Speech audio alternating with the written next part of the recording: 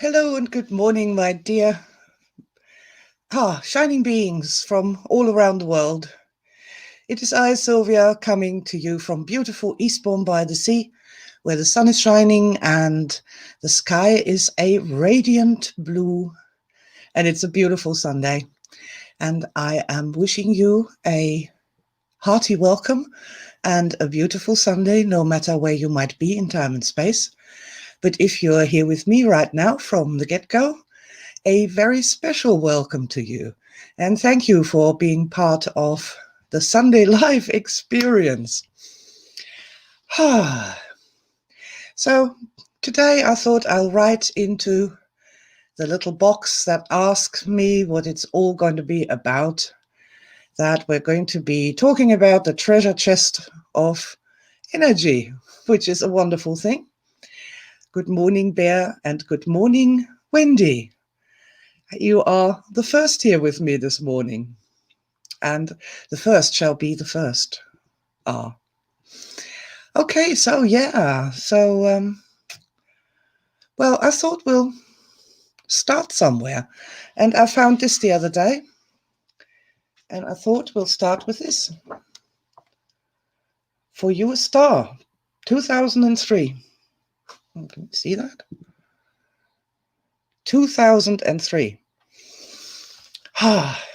Good morning, Carol Ann and Marianne, my dear, dear shining beings. Welcome to Sunday Live. So, and I opened it and found one that I wanted to share with you guys this morning. And this is going to be, see that?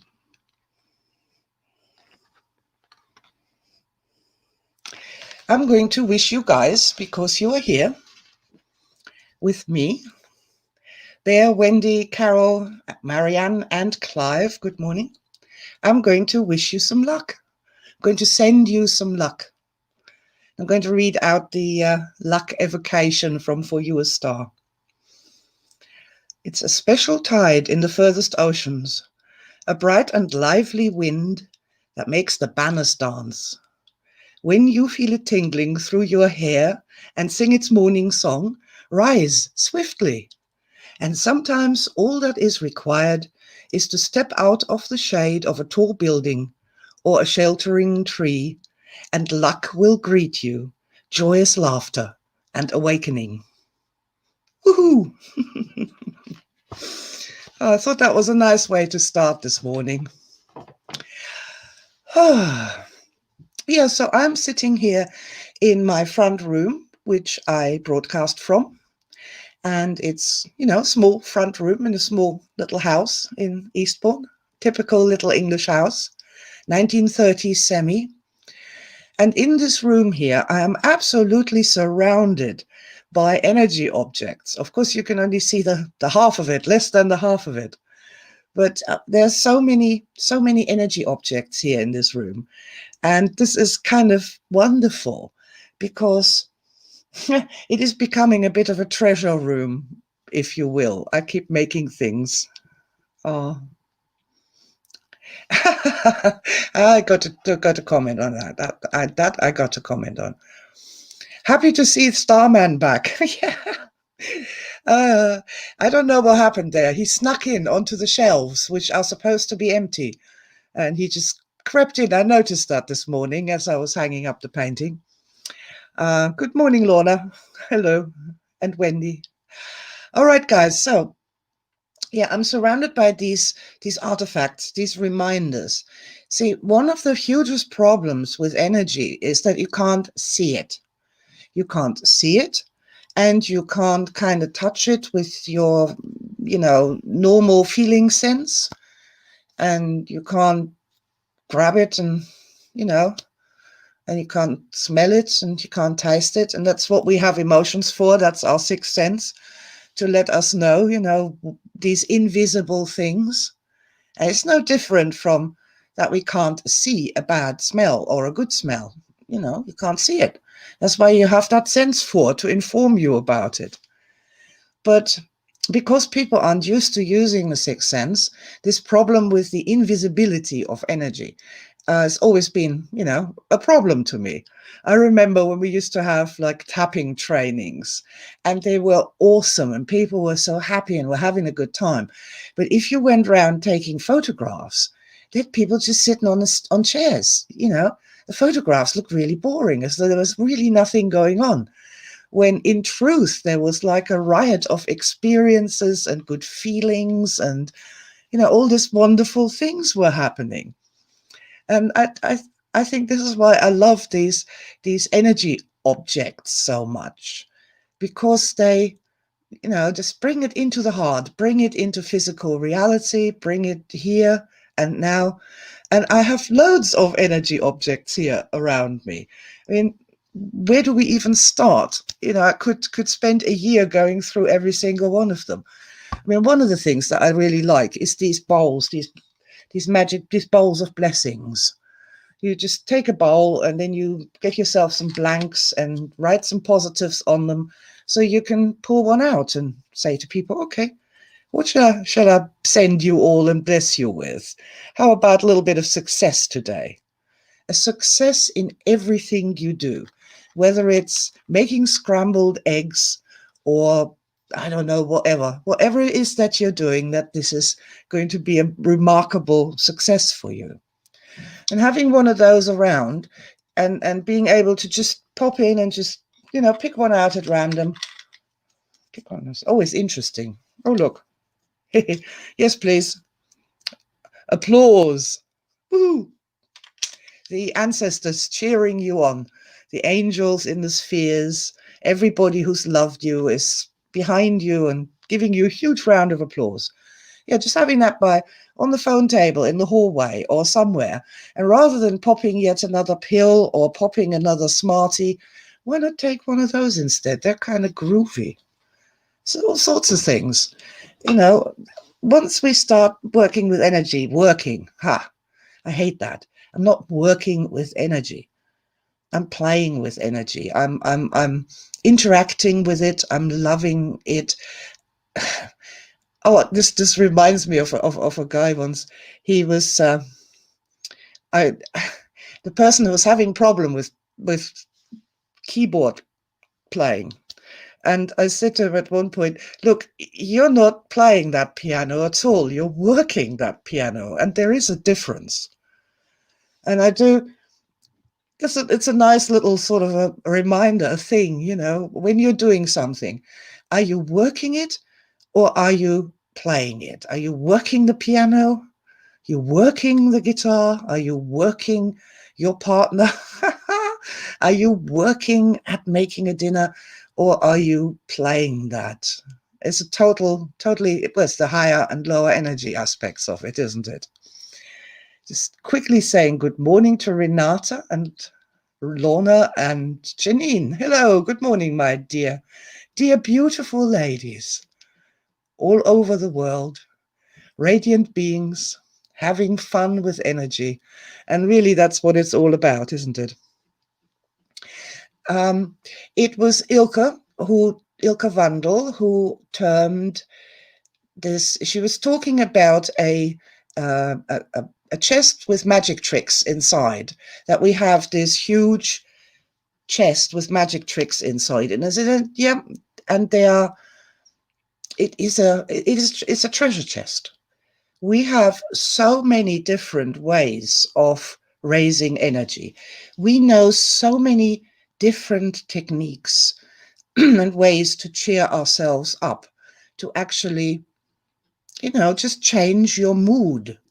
Change your mood without an outside person having to come in and do that for you, without having to take a substance or or doing anything in particular other than just applying this technique. There's the tapping technique where we tap with positives that always raises your mood really fast. Even just starting with that question, okay, what do I need today to feel better? Just to feel better. What would really help if I had that now? And letting that desire and that real deep wanting, longing burn up, boil up and say, oh man, I could really use a hug. I really could use a hug. And then we can just use this experience, this sensation of being really lovingly held and hugged, and do a round of modern energy tapping on it. And if you know how to, you can just do that and remember a time when somebody really held you and you felt really warm and loved and saved, and let that energy rise up and remember that and bring it into the here and now with that.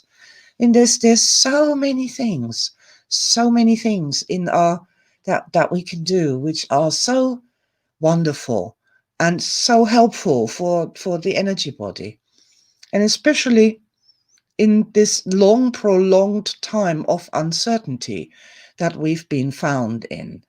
And there's, for many among us, there have been super extra challenges. There have been illnesses, there has been bereavement, there has been this general lack of being supported by people, you know, and that's not just friends and family, that's just people smiling at you in the street. That I find that really depressing about the mask situation, that you're looking at somebody and I look at somebody and I automatically smile at them and they can't see that I am. It's kind of you don't get the smile back, you don't get the energy exchange. So I really feel that our that we know what to do to, you know, cheer up basically, to notice when we're getting tired or depressed or angry and do something about it, to really factor in our states of being and do something to bring it up, to remind us of the wonder worlds of energy. That's just super. It's a super thing that we have. And I'm looking forward to adding more sparkling ideas and techniques and things, easy things that everybody can do to cheer themselves up, to this treasure chest that we're building up here. Because something to remember is that in here in the GOE, the Guild of Energists, as I've set it up, has only one purpose, and that's to make our members happier and the rest of the world happier, to make people happier, to bring them up on the energy chart. And that's it. There it ends. Whatever people are going to do then, when they are energy higher and feel more loving towards others and have more access to more organic intelligence, what they do, I don't really mind. That'll be to be seen. That'll be wonderful. I just want to make them happier. That's it. And then let them loose on reality and see what happens when happy people create civilizations, relationships, companies, solutions to problems. So that's the goal. That's the goal and the outcome always. Just make people happier. And as we go, through experience and spontaneous things happen, we just learn more and more ways how to make ourselves and other people happier. And we're building up this Alexandrian library of ways how to make people happier without drugs, without hassle, without God knows, having to do God knows what first, just what people can do. And I think that's just so beautiful. Yeah, and Lorna, yeah, I was actually just getting there. Lorna's saying Star Matrix and Sanctuary are my favorites.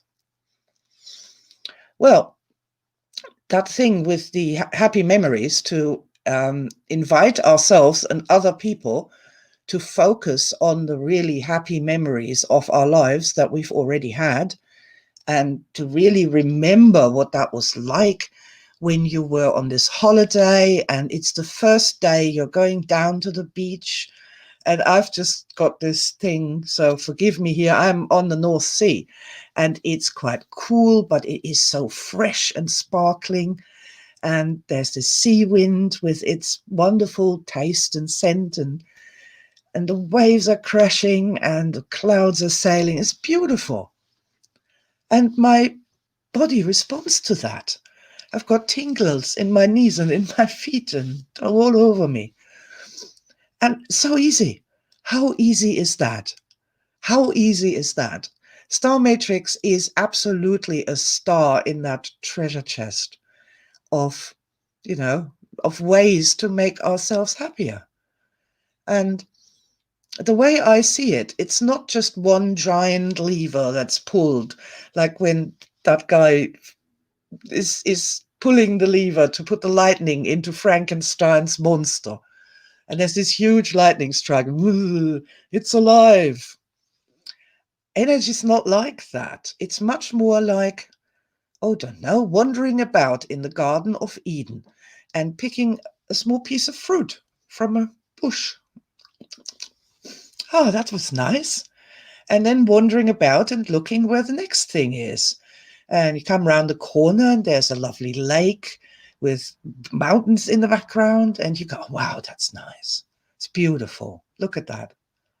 Wow. And that's great. And then we wander along and there's a nice person. And in my fantasy world, they look up and you smile at them and they smile back. And that makes you feel happy again as well. So this is how I see life is supposed to be. Like we are going from one experience to another, and we are built to look for the best experiences that we can have. Like a collector goes through a big flea market and is looking for those precious objects, those ones that he's collecting, and he's just looking around, and there is one. Oh, and he runs over there and picks it up, and yeah, it's one of those that he collects, and he's all happy and pays the price and runs home. Yeah, I think life is supposed to be like that we not getting stuck anywhere, but just we move forward from one experience to the next. And the guide to that, well, yeah, where should I go next? Where's my next star experience going to come from? Where's the next thing that's going to make me wake up? Raise up the ears, tail starts wagging. Yeah, that state. Oh, and I'm totally get it that people who don't know about this, and they're sitting there in isolation, and every day is just like this old worn out chewing gum that just stretches into infinity, and there's nothing going on, and there's nothing I can do because I can't go out, and the world is terrible. And I just remember one of the YouTubers I follow just posted a video the other day, and it was entitled, "Everything is Terrible." And I just saw that and I just burst out laughing. Yeah. I mean, it doesn't matter, does it? Yeah, everything is terrible. It's not terrible. It is uncertain. What it is uncertain. But to be fair, the future was always uncertain. We just kind of lived in the delusion that it wasn't. The future is always uncertain. I don't want to start talking of meteor strikes and solar flares and volcanic eruptions or all the other myriad of ways the world can come to an end anytime, The future's always uncertain. Not just in these times, but what's collapsing here is the group delusion that the future is certain, that we can predict what's going to happen next. And it's kind of unmasked the reality of the unknown future. And here I find Star Matrix again being really of so much value, because it shows us that we do have these good experiences, and there will be more good experiences, even if those good experiences are not in the heart, even if they are simply just remembering a good experience we've already had and really getting into that, and with the wisdom of age, understanding how profound that experience was, or get even more better lessons out of it, something like that. Star events are awaiting us in the future. And that doesn't, for me, that doesn't end in physical death. It continues on after that. And that gives some kind of certainty to me, to the future, because I've been through all sorts of crap in my life. I have. And but that has never stopped me from having star events soon after, or soon again, or new ones and surprises, which is kind of why I picked out the surprise, the luck one from For You a Star. You know, I consider myself incredibly lucky that I've had the star events that I've already had them. And there is no reason to presume that I'm not going to have more. And that makes me smile, and that makes me excited about the future. And I also believe that we can learn how to have more star events. That's really something that I wrote yesterday, I think, on the Star Matrix Forever group. We need to remember that we're doing Star Matrix not just to raise energy, not just to get better self-concepts, not just to revel in the glories of the past.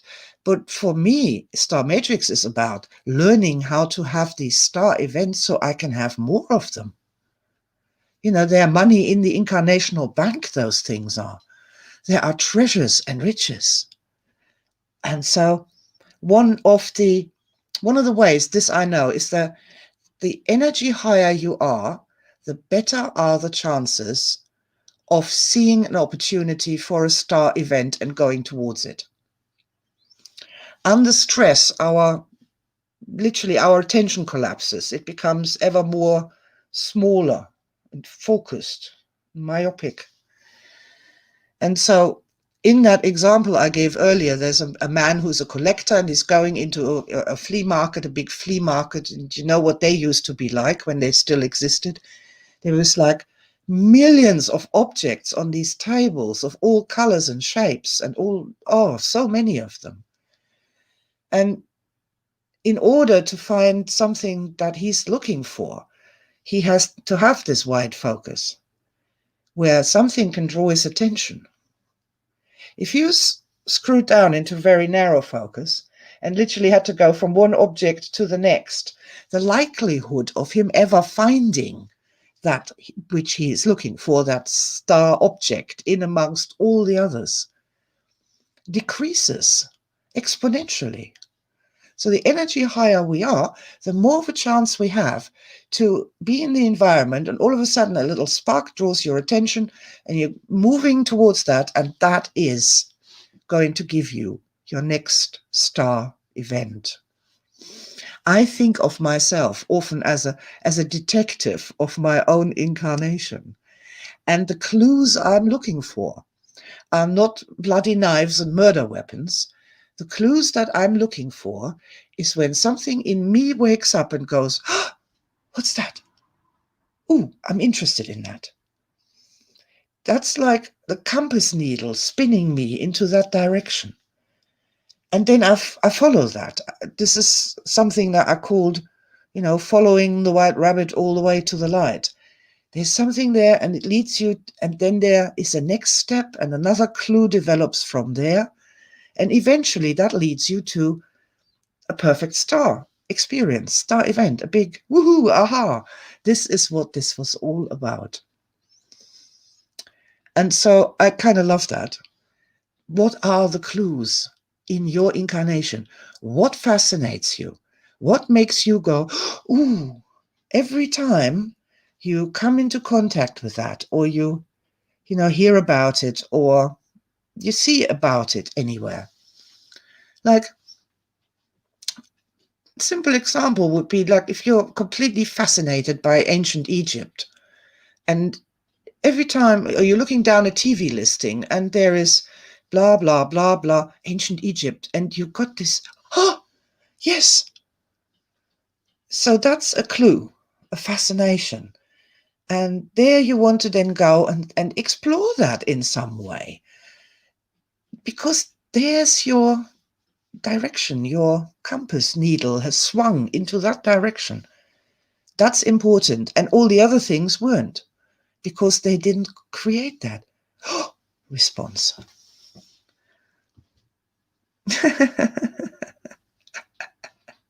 I'm sorry, I got distracted by comment here.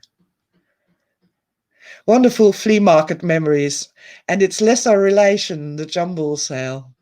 Yes, and I think that's or just a general market, even, if people don't know what that is, or they're not from England, or they haven't got a clue what we're talking about. It's general markets. It's the same principle.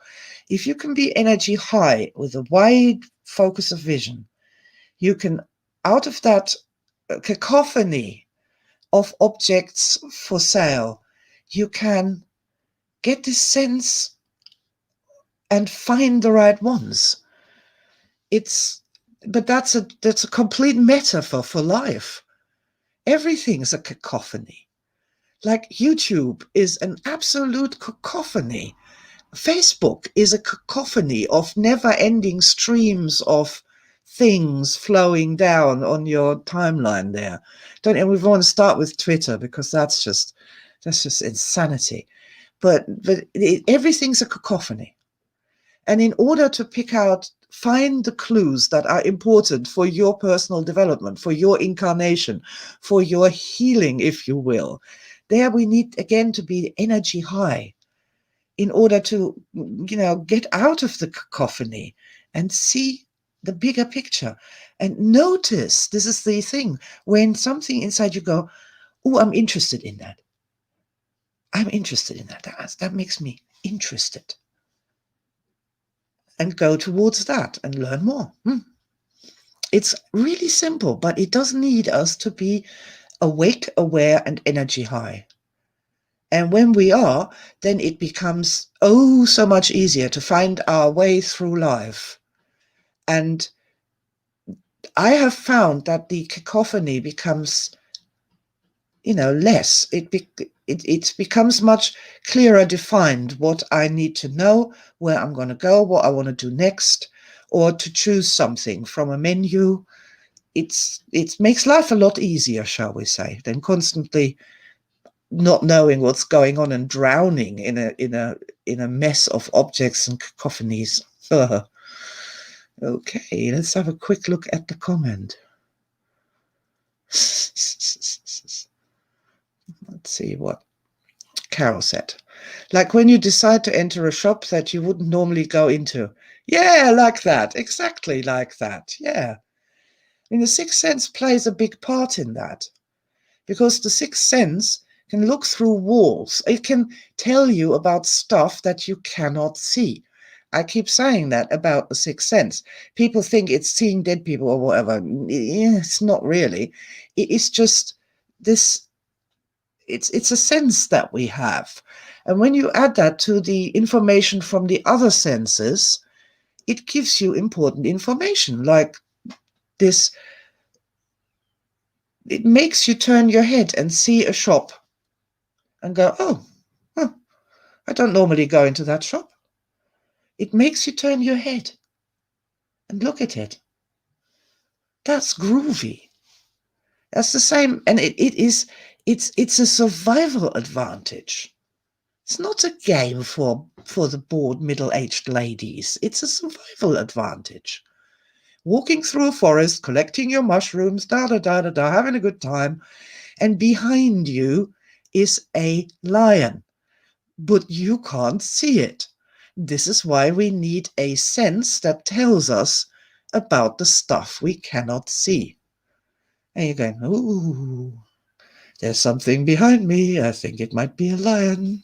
I think I'm going to sidestep now and just hide behind a tree.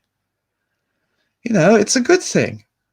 It's a wonderful thing. It's a terrible thing that people have been taught that we only have 5 senses and that the sixth one, the survival sense, gets detached. Okay.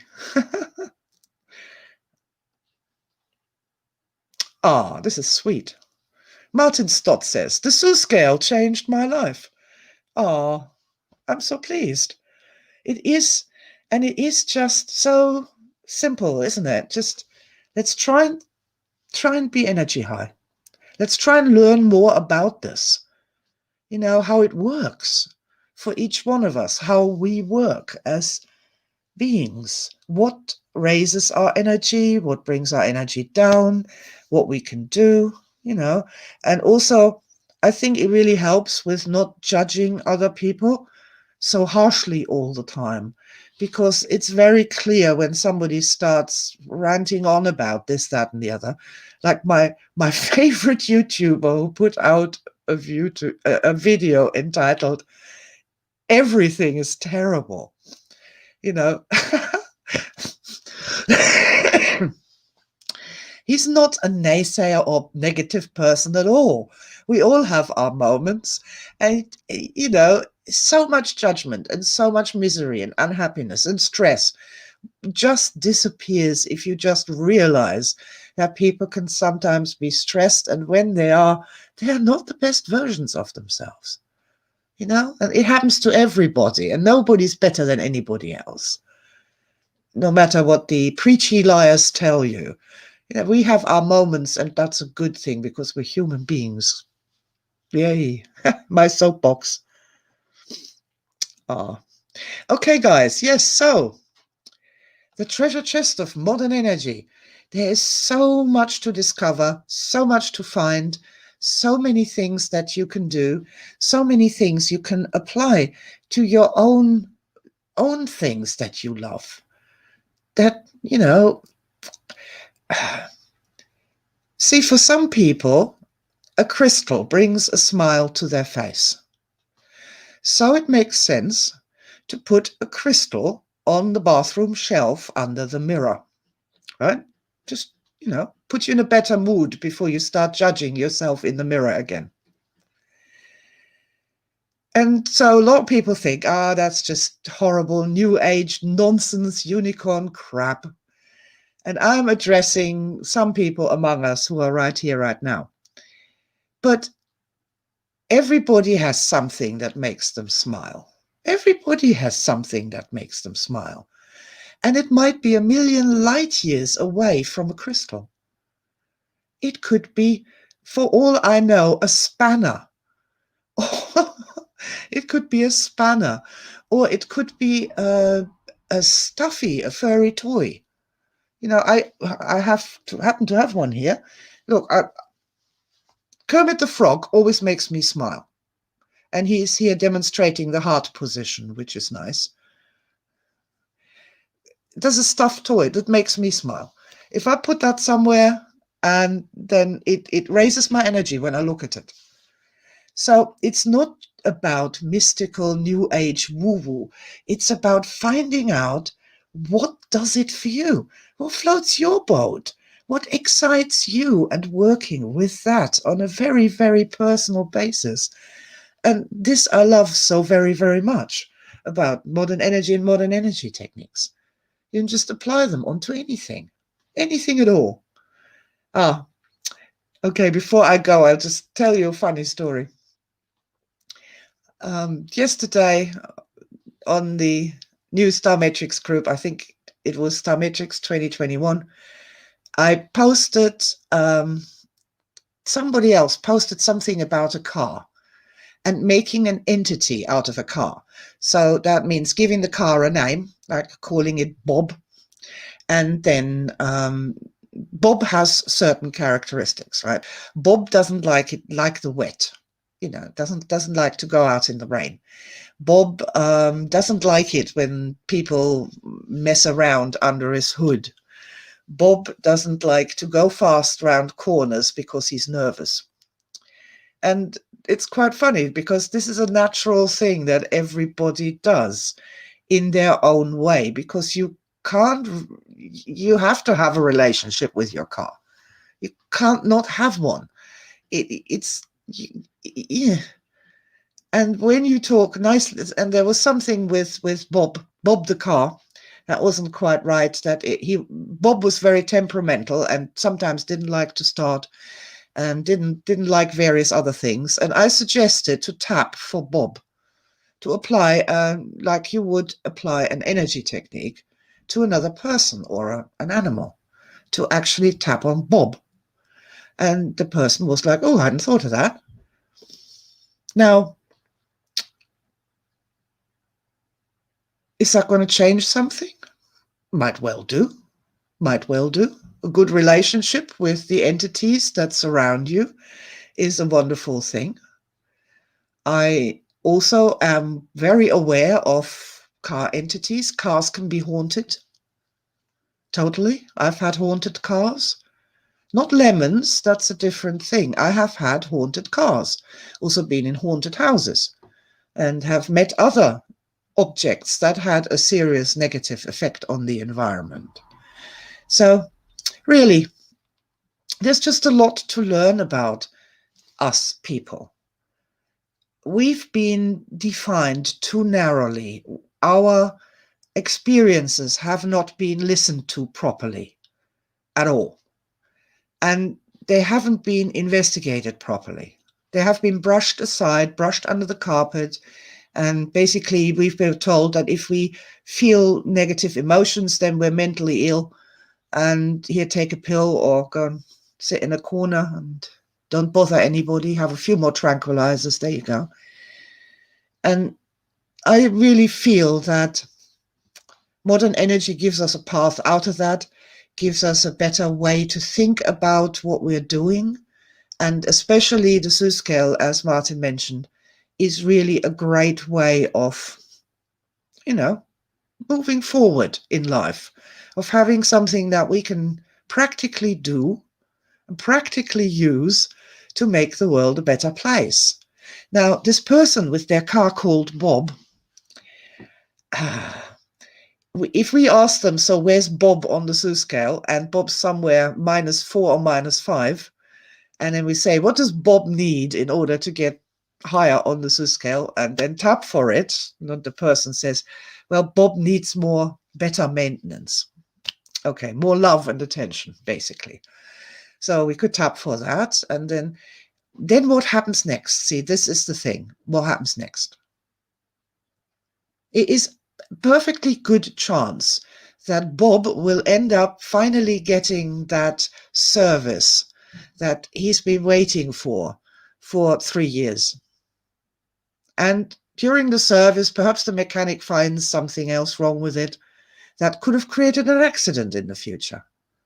Who knows? Who knows what problems we can avoid and will never experience simply by being a little bit energy higher, being a bit more playful with energy, a bit more questioning with it of, what is this? What can we do with this? How can we make it better? What else can we do to make things better? And I tell you what, to make things better, what that is just to make things happier. Everything has a happy place, including computers, mobile phones, cars, whether they are called Bob or not. Everything in the world has a happy place. Pets, companies, it's structural. They have a happy place, a place where they can function as best as they possibly can. And finding that, making something happier, to use that thinking mode. How can I, if you have a lot of problems with your computer, you could ask the question, how could I make this computer happier? Human beings are designed to think in terms of other human beings. That's natural to them. And when we go beyond just thinking of a thing as a computer, and we start thinking of it as a computer and an entity, we can access intelligence that is then not available. How can we make this computer happier, or this pot plant, or this pet, or this partner, or anything, this house, this room? How can we make it happier? And it creates a way of thinking that is very different from what most people espouse in their ways of thinking, especially in this particular day and age. How can we make this happier? This system, this person, this body, this hand. And that thinking of how can we be happier? How can we make it happier? To make that a quest, a first step towards finding new solutions and new fascinations in the future. That's what I'm all about. That's what the GOE is all about. That is what GOE members are all about, to find more ways to make things happier. And that includes ourselves. And I think that's wonderful. And so then when we have a bit of energy, then we can also go out and spread a little happiness in the world as we go by. And that is, just passes on the gift, really. Okay, my dear friends. So that was fun today. Your mission, if you choose to accept it, is to go find ways of making yourself and things happier. To become consciously aware and familiar with what makes you happy. Really happy. And to use that to guide you, not just through life, but through moment to moment, day to day. And often it doesn't have to be a cataclysm. Often it's just a tiny movement, a little thing that makes all the difference. Like I did that the other day. I lay on the couch and I was super comfortable. And I thought, I wonder if I could make myself even more comfortable. And there was this little shift to the side. And, wow, whole new level of comfort discovered. It's really worth doing. And I'm hoping that you'll take that away and you'll give that a go and find your own treasure chest of things that work for you every time, as powerful and better than popping a pill, to bring in a little more happiness into your life. And with happiness comes love and luck, surprises, all sorts of delights. And you don't have to be rich, and you don't have to be pretty, and you don't have to have good health.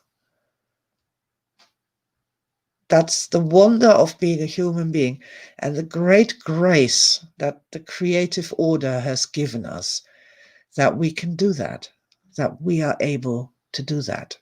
We've been given that gift of the conscious mind and reflexive mind that can think about things.